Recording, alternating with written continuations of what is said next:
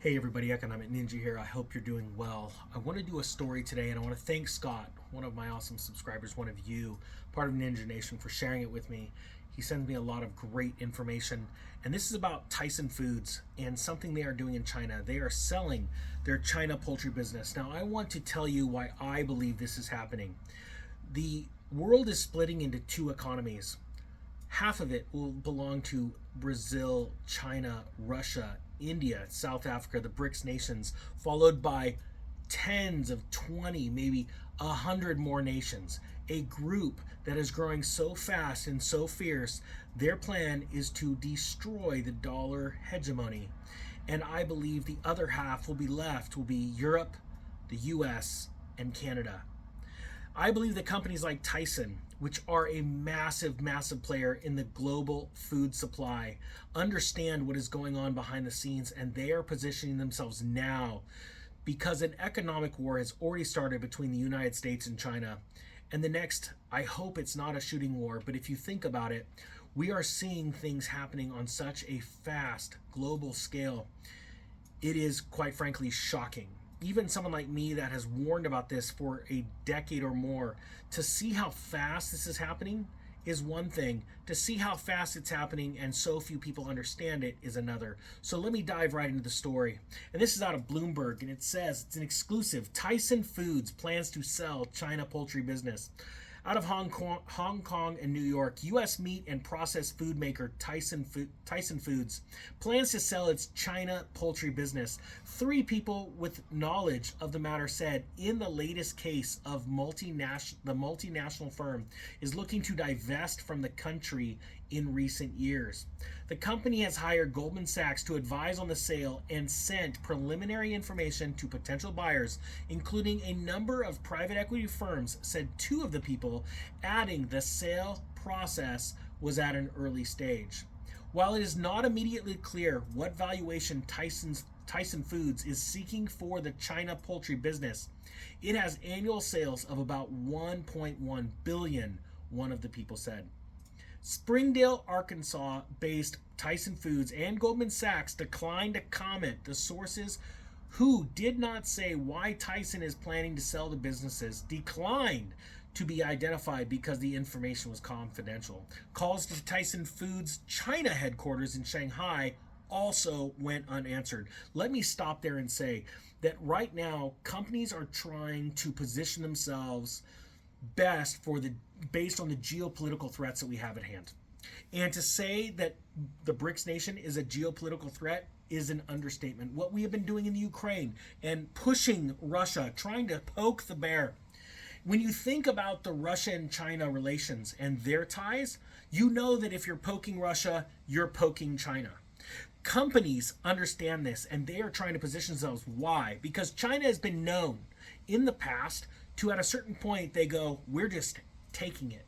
We'll suggest, we'll ask, and then when all else fails, we take it. As a matter of fact, China is on record stating that they plan to move into Taiwan. They hope to do it peacefully, but at last, if nothing else works, they are going to take it by force. They have been very clear on this, and I believe that this is a move Tyson is making preemptively. Now, let me stop there also and say that as large companies based out of the US, food producers, have to sell off portions of their company, this will affect the food supply chain. End of story. Why will it? Well, when America owns companies that also control food supply in other countries, we have somewhat of a say. But as we do not, then there's a little bit more pressure on our food supply system as well. Let me dive right back into the story. A string of multinational firms have divested their China businesses or pared their holdings in the last few years, as some found it hard to reap desired profits amid the country's slower economic growth. Let me ask you this. Type 1 if you think that companies are divesting out of China due to slower economic growth.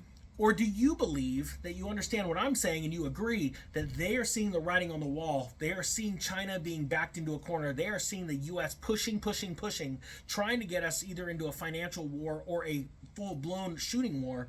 And they are seeing the writing on the wall, and rather than them holding on and a war breaks out and China just takes and that's what they're going to do, takes our assets.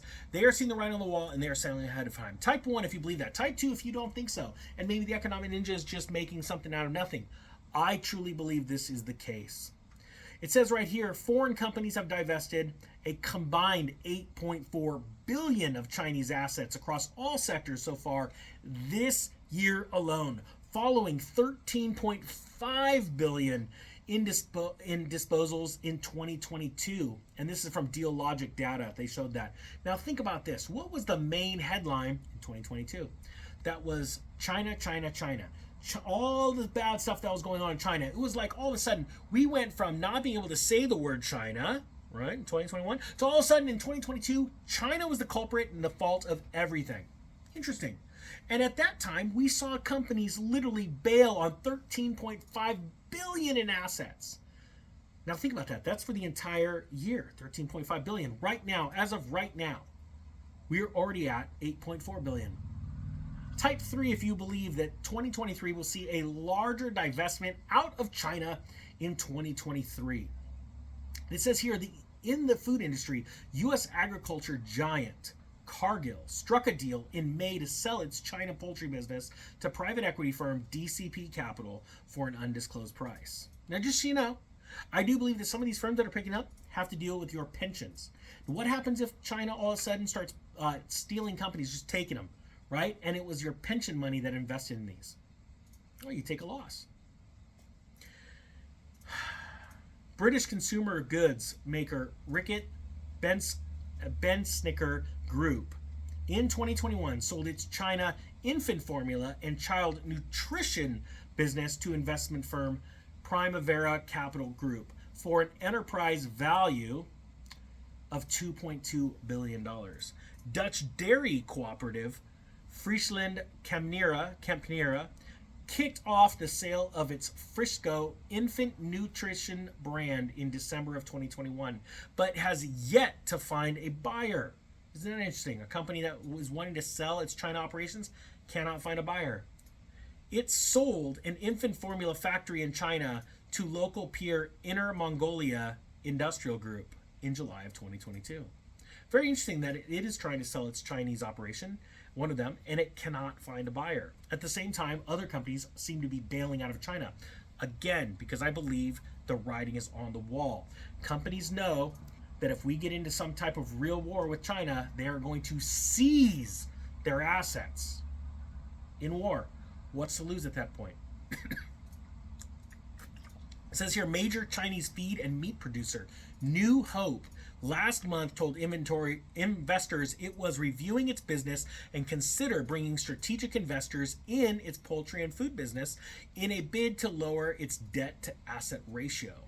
Tyson Foods opened its factory in China in 2001 and now has 4 research and development centers, several processing plants, and dozens of breeding farms in the country, according to its website for China operations. It operates through the industry chain in China, from breeding and slaughtering to processing and distribution, providing chicken, beef, pork, and processed foods.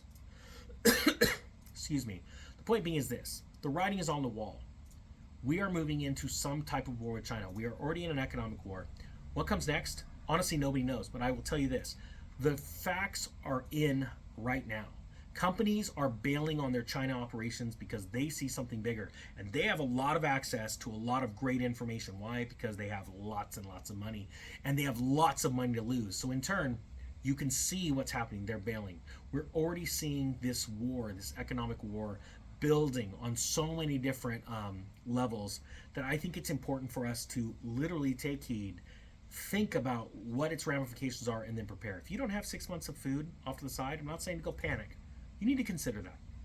Consider it now. Don't be part of the masses running the store as things are hyperinflating, because our food supply is not what it used to be because of supply chain breakdown, disagreements between countries, and the old lines of retail being broken because of things like what you're seeing right now. Don't be part of the masses that get scared. Be prepared, and then we're going to take advantage of this crash, and we're going to make as much money as we can. Why? Because money needs to be kept in the middle class's hands, the good-hearted people of America and around the world, in order to keep this country stable. We need less money going to elites and more money going to your pocket. Hope you got something out of this. Thank you so much. Guys, do me a favor and check the subscribe buttons, the notification bells. I have a feeling those have been messed with, and your subscription. If you are unsubscribed, if you wouldn't mind hitting subscribe again, really appreciate it. Hope you got something out of this. The Economic Ninja is out.